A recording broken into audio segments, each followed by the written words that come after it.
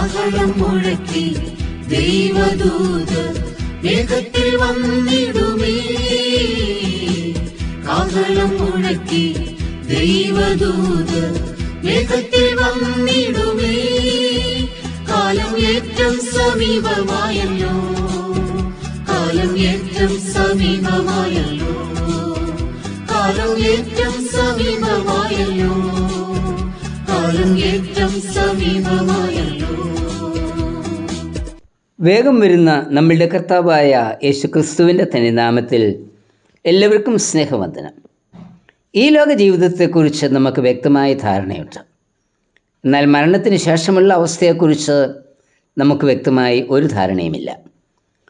അതുകൊണ്ടാണ് മരണത്തിന് മുൻപിൽ നാം പലപ്പോഴും പകച്ചു നിൽക്കുന്നത്. മരണാനന്തര ജീവിതത്തെക്കുറിച്ച് വിശുദ്ധ വേദപുസ്തകം എന്തു പറയുന്നു? പൗലോസ് 1 കൊരിന്ത്യർ 15-ാം അധ്യായം 50 മുതൽ 58 വാക്യങ്ങളിൽ അതിന് ഉത്തരം നൽകുന്നുണ്ട്. ഇവിടെ പറയുന്നത്, മരിച്ചവർ ഉയർത്തെഴുന്നേൽക്കും, മരിക്കാതെ ശേഷിക്കുന്നവർ രൂപാന്തരപ്പെടും.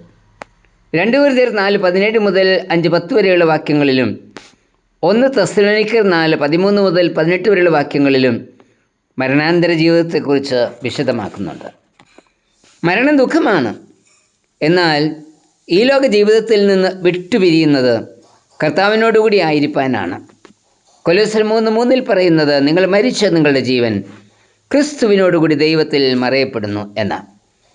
ദൈവം സൃഷ്ടിച്ച മനുഷ്യന് ഒരു ജീവിതവും അതിനുശേഷം മരണവും ഉണ്ട്.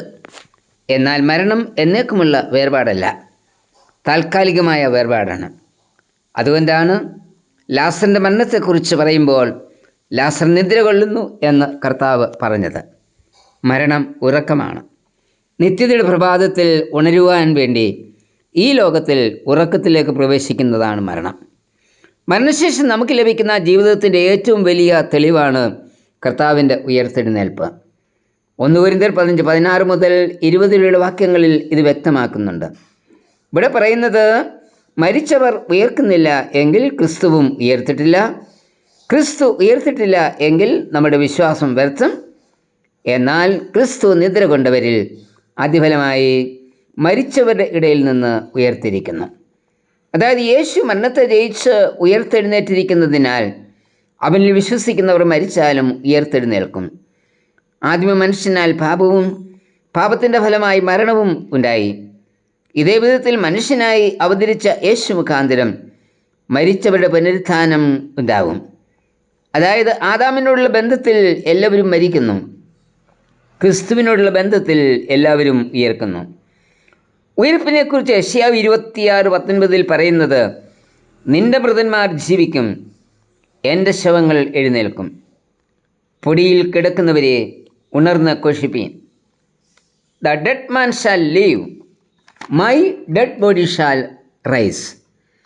ഇവിടെ എൻ്റെ ശവങ്ങൾ എന്നതിന് പ്രത്യേക അർത്ഥം ഉണ്ട്.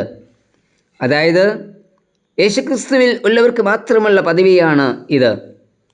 യേശുക്രിസ്തുവുമായിട്ടുള്ള ബന്ധത്തിൽ ഈ ലോകത്തിൽ ജീവിക്കുന്നവർ മരിച്ചാലും യേശുക്രിസ്തുവിനുള്ളവർ തന്നെയാണ്. അങ്ങനെയുള്ളവർ മരിച്ചാലും ജീവിക്കും. ഫിലിപ്പിയർ 3:11 മരിച്ചവരുടെ ഇടയിൽ നിന്നുള്ള പുനരുത്ഥാനമെന്ന ഇതിനെക്കുറിച്ച് പറയുന്നത്, the resurrection from the dead. ഇതിന് വലിയ അർത്ഥമുണ്ട്. അതായത് 1000 10,000 മരിച്ചു കിടക്കുമ്പോൾ അവരുടെ ഇടയിൽ നിന്ന് ക്രിസ്തുവിനുള്ളവർ മാത്രം ഉയർത്തെഴുന്നേൽക്കും. ഈ ഉയർത്തെഴുന്നേൽപ്പ് പെട്ടെന്ന് കണ്ണിമയ്ക്കുന്നതിനിടയിൽ സംഭവിക്കും എന്ന പൗലോസ് പറയുന്നത് 1 കൊരിന്ത്യർ 15:52. In A moment, in the tingling of an I, the dead will be raised and we will be changed. ക്രിസ്തുവിൽ മരിച്ചവരുടെ ഉയർത്തെഴുന്നേൽപ്പ് പെട്ടെന്ന് കണ്ണടച്ച് തുറക്കുന്നതിനിടയിലാണ് സംഭവിക്കുന്നത്. അതുപോലെ തന്നെ ക്രിസ്തുവിനോടുകൂടി ജീവിക്കുന്നവരുടെ രൂപാന്തരവും സംഭവിക്കും എന്ന് ഇവിടെ നമ്മെ ഓർപ്പിക്കുന്നത്. 1 തെസ്സലോനിക്കർ 4:16-17 വാക്യങ്ങളിൽ പറയുന്നത്, കർത്താവ് തൻ ഗംഭീരനാദത്തോടും പ്രധാന ദൂതൻ്റെ ശബ്ദത്തോടും ദൈവത്തിൻ്റെ കാഹളത്തോടും കൂടെ സ്വർഗത്തിൽ നിറങ്ങി വരികയും ക്രിസ്തുവിൽ മരിച്ചവർ മുൻപേ ഉയർത്തെഴുന്നേൽക്കുകയും ചെയ്യും. പിന്നെ ജീവനോട് ശേഷിക്കുന്ന നാം അവരോട് ഒരുമിച്ച് ആകാശത്തിൽ കർത്താവിനെ എതിരേൽപ്പാൻ മേഘങ്ങളിൽ എടുക്കപ്പെടും. ഇങ്ങനെ നാം എപ്പോഴും കർത്താവിനോട് കൂടെ ഇരിക്കും. അന്ന് ദ്രവിച്ചു പോകുന്ന നമ്മുടെ ശരീരം ദ്രവിച്ചു പോകാത്തതും മരിച്ചു പോകുന്ന നമ്മുടെ ശരീരം മരിച്ചു പോകാത്തതുമായ ശരീരത്തെ ധരിക്കും. അതായത് തേജസ്കരിക്കപ്പെട്ട ശരീരത്തെ ധരിച്ച് എപ്പോഴും കർത്താവിനോടുകൂടി ഇരിക്കുന്ന അനുഭവത്തിൽ നാം ആയിത്തീരും. തേജസ്കരിക്കപ്പെടുന്ന ശരീരം എങ്ങനെയുള്ളതായിരിക്കും എന്നതിൻ്റെ തെളിവ് മറുരൂപമലയിലെ കർത്താവിൻ്റെ രൂപാന്തര അനുഭവം. അവിടെ കർത്താവിൻ്റെ മുഖം സൂര്യനെ പോലെ ശോഭിച്ചു. അവൻ്റെ വസ്ത്രം വെളിച്ചം പോലെ വെള്ളയായി. മത്തായി 17:2. ക്രിസ്തുവിൽ മരിച്ച് ഉയർത്തെഴുന്നേൽക്കുന്നവർക്കും ക്രിസ്തുവിനോടുകൂടി ജീവിച്ച് രൂപാന്തരം പ്രാപിക്കുന്നവർക്കും രൂപാന്തരമലയിൽ കർത്താവിനുണ്ടായ അനുഭവമാണ് ലഭിക്കുന്നത്. അതായത് തേജസ്കരിക്കപ്പെട്ട അനുഭവം. ഈ അനുഭവം ലഭിക്കുന്നതിന് ജീവിച്ചിരിക്കുമ്പോൾ തന്നെ നാം ക്രിസ്തുവിനുള്ളവരായി തീരണം. കർത്താവേ, ക്രിസ്തുവിനോടുകൂടി ജീവിപ്പാനും ക്രിസ്തുവിൽ മരിക്കുവാനും ഒടുക്കം തേജസ്കരിക്കപ്പെട്ട ശരീരത്തോടെ ഉയർക്കുവാനും എന്നെയും ഒരുക്കണമേ. ആമേൻ. നീതിயின் സൂര്യൻ വെളിപ്പെടും നേരം ഞാൻ അവൻ മുഖം കാണും. നീതിயின் സൂര്യൻ വെളിപ്പെടും നേരം ഞാൻ അവൻ മുഖം കാണും. എന്റെ പ്രത്യാശയേറിടുന്നേ, എന്റെ പ്രത്യാശയേറിടുന്നേ, എന്റെ പ്രത്യാശയേറിടുന്നേ,